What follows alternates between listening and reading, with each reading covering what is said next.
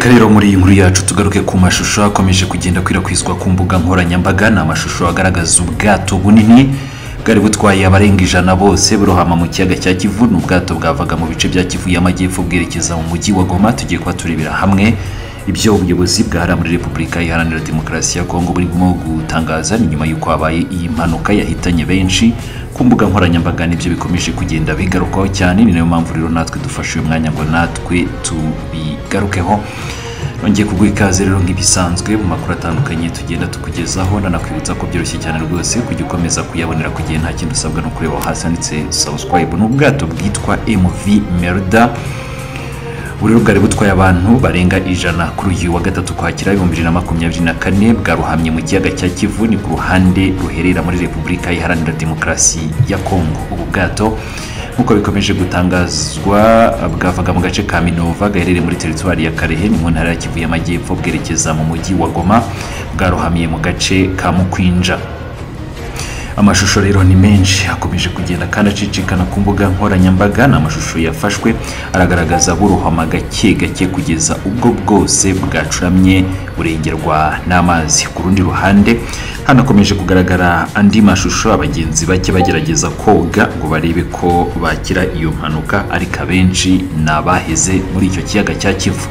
Guverineri w'intara ya Kivu y'amajyepfo ni Jean-Jacques Purusi yagaragaje ko iyi mpanuka yatewe nuko ngo ubwato bwari butwaye abarenze ubushobozi bwabwo, kuko bwakabaye ngo butwara abagenzi batageze no kuri 30, ariko bwo bwari butwaye abarenga 100 bose. Bivuze ko rero ubwo bwato bwakubye inshuro zirenga 3 zose kubo bwari bukeneye cyangwa se bwagombaga kuba bwatwara. Uyu muguverineri wa Kivu y'amajyepfo yagize ati ubwato bwavaga muri Minova bujya i Goma bwarohamiye mu kiyaga cya Kivu bugeze mu gace ka Mukwinja ni muri teritwari ya Karehe. Bwari butwaye abantu barenga 100 nyamara bufite ubushobozi bwo gutwara abagenzi batageze no kuri 30. Guverineri Purusi yagaragaje ko abasore n'inkumi ndetse n'abandi b'ingeri zose ngo barohamye muri icyo kiyaga cya Kivu, ariko kandi yongera gutanga icyizere ko polisi ishinzwe umutekano ku nkombe z'ikiyaga ndetse n'abandi bafite aho bahurira n'ubwikorezi bukorerwa mu kiyaga cya Kivu bafite uruhare muri iyi mpanuka. Yatangaje ko hagiye kuba inama y'umutekano yihutirwa ku rwego rwa Kivu y'amajyepfo. Ni inama igiye kuba yiga kuri iyi mpanuka, ateguza ko abayigizemo uruhare bose ngo bagomba kubihanirwa ku rwego rwo hejuru. Ngayo nguko rero nuko byifashe. Gusa hagati aho mu gihugu cy'u Rwanda ni icyorezo gikomeje kugenda kigarika ingogo, aho kuri ubu ngubu abagera kuri 11 bose bamaze kwicwa n'icyo cyorezo, n'abagera kuri 37 bamaze kwandura, ndetse n'abandi benshi bikekwa ko baba bafite ibyo bimenyetso. Ariko kandi Minisitiri w'Ubuzima hano mu gihugu cy'u Rwanda Dr Sabin Nsanzimana amaze gutanga icyizere avuga ko bagiye gutangira gutanga inkingo kuri bamwe na bamwe ku bihutirwa. Birumvikana, reka dukomeze tumukurikira twumva icyo yabivuzeho. Rwanda Minisiteri y'Ubuzima iratangaza ko mu gihe kitarenze icyumweru kimwe izatangira gutanga inkingo za virusi ya Marburg yadutse muri icyo gihugu. Avugana n'umunyamakuru w'Ijwi ry'Amerika Sumutakaboyi, Minisitiri Dr Sabin Nsanzimana yatangiye amubwira abazahabwa izo nkingo mu ikubitiro. Ari ibyiciro byibasiwe cyane nk'uko mubizi, ni ku baganga bakora kwa muganga bahurane, ndetse murabizi ni nabo bahereweho cyangwa se bahuye n'iki cyorezo cyane muri iyi minsi, kugira ngo banakomeze no gukora imirimo bafite n'ubwo burinzi. Ariko byagera no ku bandi bikurikije uko icyorezo kizagenda kitwigaragariza cyangwa se kijya no ku bandi, ariko kugeza ubu nibo ba mbere. Indwara ikunda kuvurwa cyane cyane urwana n'ibimenyetso byayo, bifite umuriro mwinshi ukawugabanya, bituma umuntu yatakaza amazi mu mubiri ukayasubizamo, ndetse hari n'indi miti igabanya ingano ya za virusi, iyo nayo irahari ikoreshwa. Ariko hari n'indi igenda nayo isohoka mu bushakashatsi, ubwo nayo iri mu byo tuzajyanirana n'inkingo iri gusohoka itari iri ku isoko.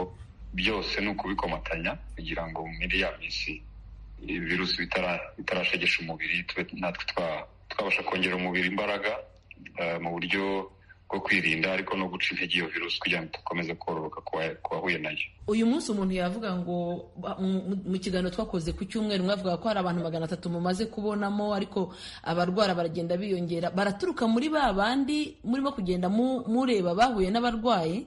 Kugeza ubu bose baraturuka muri ba bandi, ndetse n'umubare turabongera. Buriya habonetse umuntu umwe bituma na ba bandi bahuye biyongera, kuko ubona bashobora kuba hari abandi baje guhura, n'ubwo abenshi twari twabashyize mu kato, abari hafi ndetse n'abari kure. Ubwo hari ukwegereye mwahuye muri kumwe, hari n'uwahuye n'uwo mwahuye, bigenda bifata intera, ariko abo bose duhora tubapima. Uko hashira iminsi rero harimo ujya kubona ukabona agize ibimenyetso.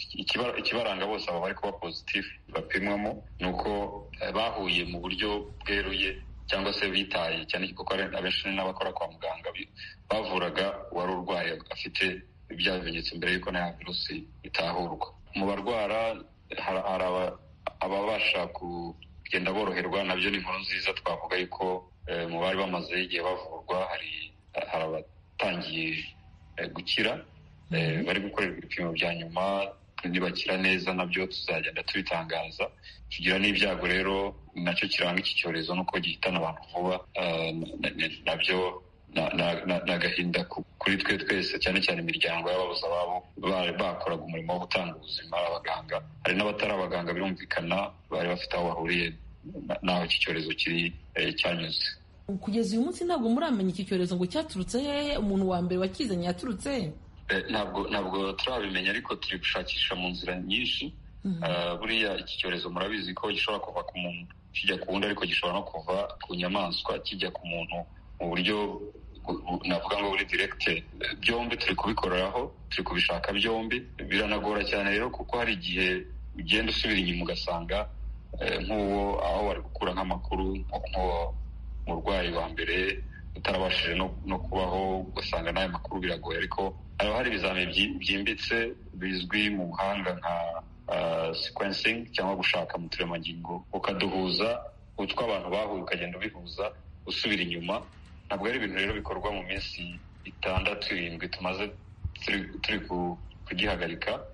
Ni ibintu bizagenda bigaragara mu minsi iri imbere. Gusa hari intambwe imaze guterwa. Ntabwo twatangaza ibintu bitararangira, usibye ko twikiduhangayikishije cyane gikomeye ni uko tuvura abarwaye kandi tugahagarika kwandura gushya. Hari itsinda riri gukurikirana rero rishaka imizi y'iki cyorezo, ari nacyo kibazo mwari mumbajije. Umuntu wenda yavuga ngo izi nkingo zishobora kuba zahageze mu kwezi, mu minsi ngahe? Turi gukora amanywa nijoro, turi gukora n'abantu benshi batandukanye, haba mu Rwanda n'ahandi ku isi yose, kugira ngo igishoboka cyose, yaba urukingo yaba umuti waba uri mu bushakashatsi ahantu hizewe waramaze gukorerwa igenzura rya mbere. Buriya izarangije icyo cyiciro zose twarazirebye.